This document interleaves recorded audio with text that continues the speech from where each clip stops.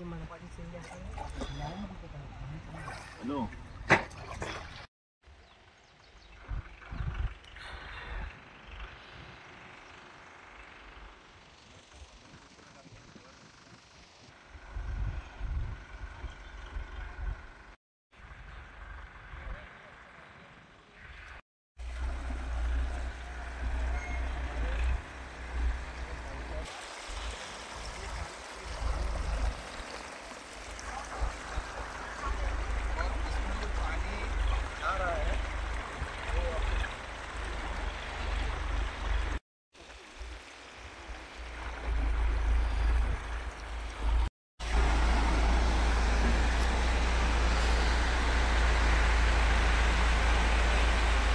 मार्च जागतिक जल दिन।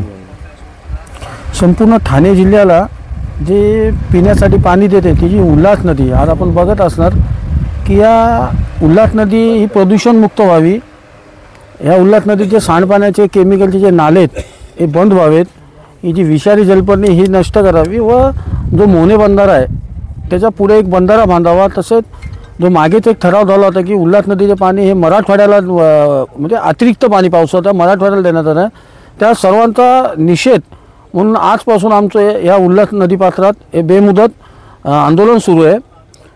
रोज सकाळी 10 ते संध्याकाळी 5 या वेळेत आम्ही या उल्हास नदीपात्रात या जलपर्णीमध्ये दिवसभर उभं राहून आंदोलन करणार आहे व 5 वाजल्यानंतर याच नदीमध्ये ह्या जो आता आम्ही तो आपण बघत असाल की मंडप घातला, या मंडपात थांबणार आहेत, दिवस रात्र इथंच थांबणार आहेत।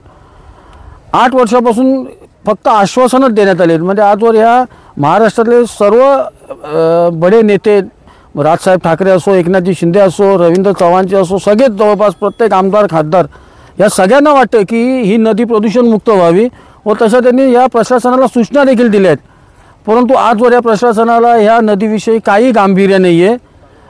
फक्त आम्हाला लेखी व तोंडी आश्वासनच दिलेली आहेत। आज आम्ही 5व्या टप्प्यात म्हणजे याच्या अगोदर आज हा 38वा दिवस आहे आमचा। एकंदरीत जर बघितलं तर 38 दिवस या नदीपात्रात दिवस रात्र आम्ही आंदोलन केलेत।